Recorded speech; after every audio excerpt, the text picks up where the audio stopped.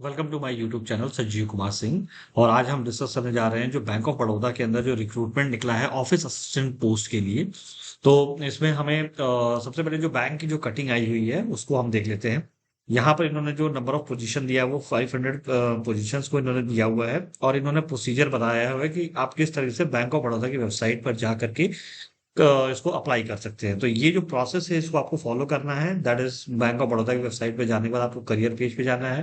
Current opportunities, then recruitment of office assistant on regular basis, advertisement number this. तो जब आप इसको web page पे जाएंगे तो ये पेज आपका ओपन होगा और इसमें आप नीचे जब आएंगे तो यहाँ पर ये एडवर्टीजमेंट दिया हुआ है।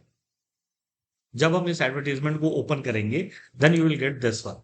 तो इसमें हम देखते हैं कि क्या क्या प्रोसीजर ले डाउन किया गया है। और जो इसका ऑनलाइन रजिस्ट्रेशन वो स्टार्ट हो रहा है 3 मई 2025 से।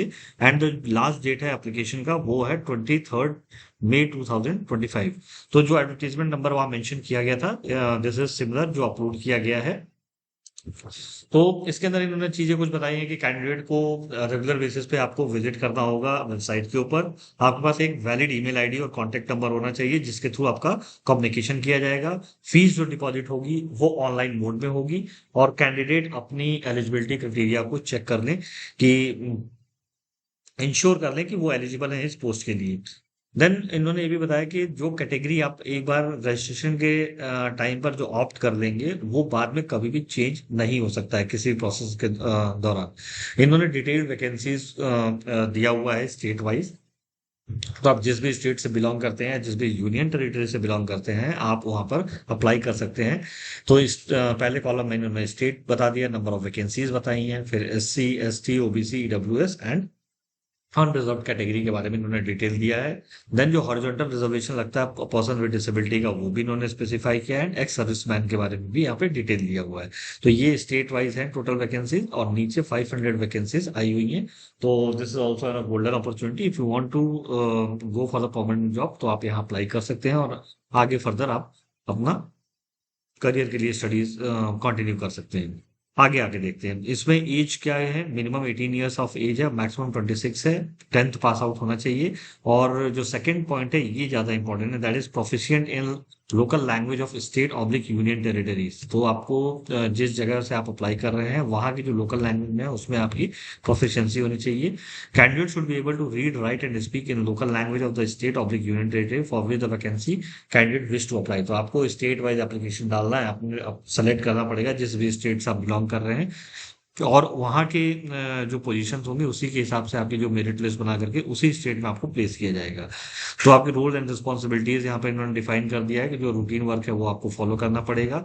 बेसिक पे जो है वो स्टार्टिंग वो 19,500 से स्टार्ट हो रहा है। इसके अलावा आपको जो बेसिक पे के अलावा आपको DA HRA CCA special allowance, transport allowance, special pay, leave fare concession, leave encashment, group medical insurance for the self and dependent, medical aid, gratuity, defined contributory pension scheme, staff overdraft facility, house building loan, then conveyance allowance, group personal accident insurance, staff welfare scheme etcetera, ये सारी जो facilities हैं bank की तरफ से जो दी जाती हैं वो आपको प्रोवाइड की जाएंगी।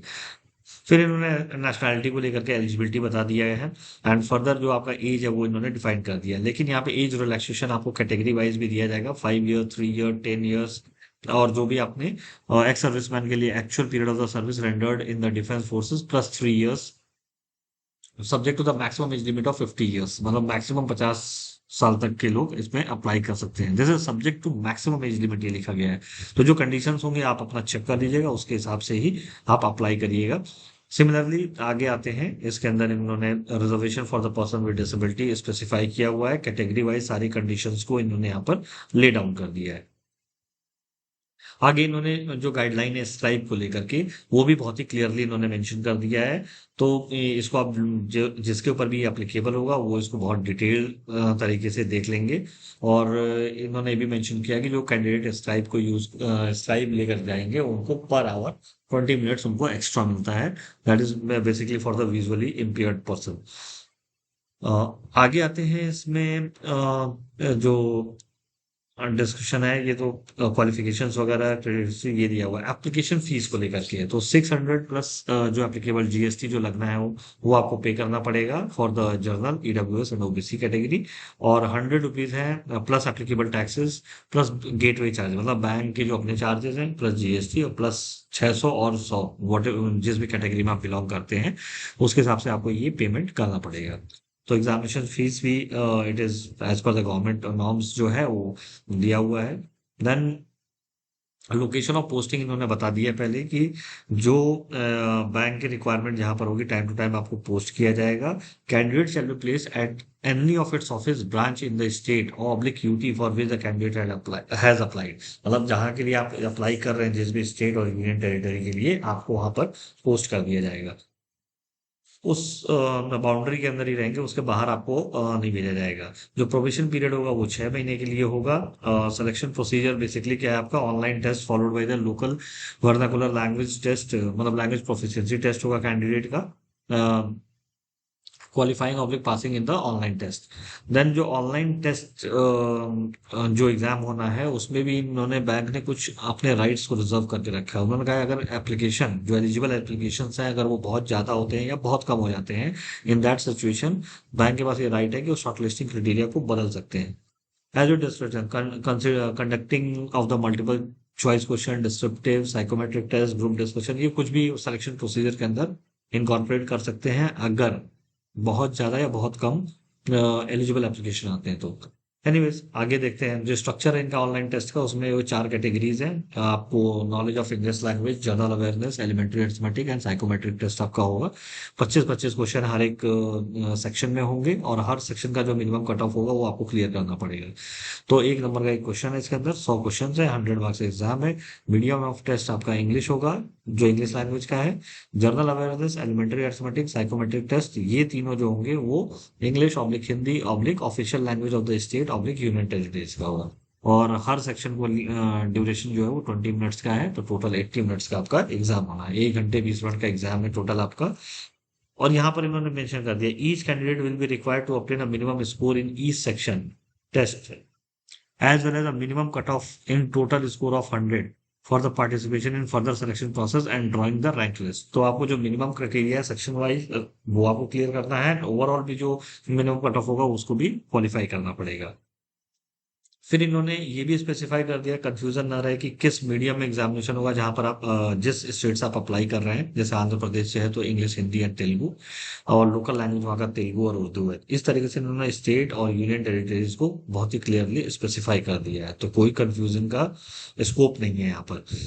आगे ये बता रहे हैं कि जो भी कैंडिडेट होंगे उनको ऑनलाइन एग्जामिनेशन के लिए तभी परमिट किया जाएगा जब ये 3 डॉक्यूमेंट होंगे। एक तो वैलिड कॉल लेटर उनके पास होना चाहिए, फोटो आइडेंटिटी प्रूफ होना चाहिए, वही सेम आइडेंटिटी प्रूफ होना चाहिए जो आप एप्लीकेशन फॉर्म में फिल कर रहे हैं, और एक एडिशनल फोटोग्राफ आपके पास होनी चाहिए। फिर इन्होंने सेंटर ऑफ एग्जामिनेशन कहाँ का आप एग्जाम के सेंटर पढ़ेंगे उसकी पूरी इन्होंने ये लिस्ट दे दी है। जो कट ऑफ स्कोर के लिए मैंने ऊपर जो बताई थी बात वो सेम वहाँ रिपीट की जा रही है। प्रोविजनल सिलेक्शंस को लेकर के list of document produce at the time of further selection process, तो जो डॉक्यूमेंट्स उनको आगे चल के रिक्वायर्ड होंगे वो सारी चीजें इन्होंने बता दी है यहाँ पर, तो इसको आप रीड आउट कर लीजिएगा। और देन आगे आते हैं, बैंक ऑल्सो में conduct the online Aadhaar verification of the candidate scribe at different stage of the process. तो मतलब आपका आधार जो है वो आधार ऑनलाइन आधार वेरिफिकेशन किसी भी स्टेज पे किया जा सकता है। इवन आपको एग्जाम में भी किया जा सकता है, इवन आपको इंटरव्यू टाइम पे भी किया जा सकता है, किसी भी टाइम पे ये वेरीफाई कर सकते हैं। तो अपने आधार कार्ड में अगर कोई भी मिस्टेक्स वगैरह है तो उसको जितने जल्दी हो सके आप रेक्टिफाई करा लीजिए and you can submit the application form, कि आगे आपको कोई इस तरीके की समस्या का सामना ना करना पड़े। जो कॉल लेटर है वो आपको वैलिड ईमेल आईडी पर ही दिया जाएगा, तो ईमेल आईडी और क्या कहते हैं कि आप अपना फोन नंबर, ये दोनों चीजें आपने सही रखनी है और हमेशा मेंटेन करके रखना है, सो दैट क्योंकि इसे यही मोड ऑफ कम्युनिकेशन होगा आपका। फिर ये कह रहे हैं कि call letter candidate need to bring one additional photograph along with the call letter and other necessary document as per the information provided, information handout and call letter. तो जो भी आपको इन्फॉर्मेशन हैंड आउट्स दिए जाएंगे और call letter में जो चीजें रखी होंगी वो चीजें आपको लेकर के आनी है, और एक एडिशनल फोटोग्राफ जरूर लेकर के आना है। देन उसके बाद से इन्होंने ये बता दिया, मोबाइल फोन, पेजर, कैलकुलेटर, कोई भी इलेक्ट्रॉनिक डिवाइसेस किसी भी तरीके का आपको लेकर के नहीं जाना है। आप सजेस्टेड यही है कि आप इन सारी चीजों को अवॉइड करिए। आगे इन्होंने बताया हुआ है कि हाउ टू, तो इसके लिए आपको जाना पड़ेगा बैंक ऑफ www.bankofbaroda.co.in पर। और जो मैंने स्टार्टिंग में प्रोसेस बताया था उस प्रोसेस को आप फॉलो करिए, एडवर्टीजमेंट आ जाएगा, वहां से आप अप्लाई भी कर सकते हैं। तो आप एप्लीकेशन अपना फिल करिए, रजिस्ट्रेशन सही से ध्यान से करिएगा। और आगे इन्होंने ये सब डिटेल्स इंफॉर्मेशन दी हुई है, जनरल इंफॉर्मेशन आपको प्रोवाइड कर दिया है, तो इनको आप जरूर रीड आउट कर दीजिएगा। नीचे इन्होंने किस तरह से आप फोटोग्राफ, सिग्नेचर और अदर डॉक्यूमेंट आपको अपलोड करना है वो इन्होंने बता दिया है। क्या डूज एंड डोंट्स हैं वो उसको आप देख लीजिएगा। एक चीज इन्होंने बहुत क्लियरली मेंशन किया हुआ है कि आपका एप्लीकेशन फॉर्म तब तक रजिस्टर्ड नहीं माना जाएगा जब तक आप अपने फोटोग्राफ, सिग्नेचर और डॉक्यूमेंट को अपलोड नहीं कर देते हैं। तो इस बात का आपको हमेशा ध्यान रखना है। फिर इन्होंने बहुत सारे एनेक्सर्स और फॉर्म्स प्रोवाइड किए हुए हैं, जो कि एज पर जो गवर्नमेंट नॉर्म्स हैं वही इन्होंने अटैच कर दिया है ताकि कंफ्यूजन ना हो किसी भी तरीके का। तो ये फॉर्म्स आप देख सकते हैं, जो अलग अलग कैटेगरीज और अलग अलग जो जिस तरीके के रिजर्वेशन आप मांगेंगे उस तरीके के डॉक्यूमेंट्स आपको प्रोड्यूस करना पड़ेगा, इवन अपलोड करना पड़ेगा, और वेरिफिकेशन के टाइम पे इसको शो भी करना पड़ेगा। तो there is nothing in this. और ये हर कैटेगरी के लिए, जो भी आर्म फोर्स है, एक्स सर्विसमैन है, सबके लिए इन्होंने कंप्लीट डिटेल अपने एडवर्टीजमेंट में दे दिया है, और किसी भी तरीके का कोई इशू इन्होंने नहीं छोड़ा। तो टोटल ये जो आपका डॉक्यूमेंट है वो 68 पेजेस के हैं ये। तो आप सीधा इसको आप वेबसाइट पे जाइए और यहाँ पर अपना अप्लाई नाउ के ऑप्शन पे जैसे क्लिक करेंगे, it will start getting applied form. ये आपका ओपन हो जाएगा पार्ट, और यहाँ पे देखिए आपकी जो कमेंसमेंट डेट है वो 3 मई 2025 से स्टार्ट होके क्लोजर ऑफ रजिस्ट्रेशन हुआ है 23 मई 2025। और एडिटिंग वगैरह भी करना है तो भी आपका 23 मई 2025 तक आप कर सकते हैं। प्रिंट आउट आप 7 जून 2025 तक ले सकते हैं। और जो ऑनलाइन फीस पेमेंट की डेट 3 मई 2025 से स्टार्ट होकर के 23 मई 2025 तक चलेगी। तो आप अगर इसमें इंटरेस्टेड हैं तो आप इसको अप्लाई करिए, तैयारी करिए। Thank you, all the best.